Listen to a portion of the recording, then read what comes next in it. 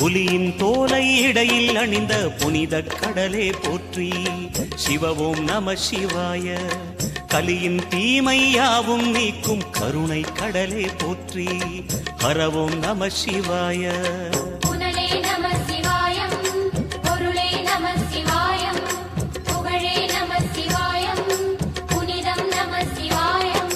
நம சிவாய நம சிவாய ஓம் நம சிவாய.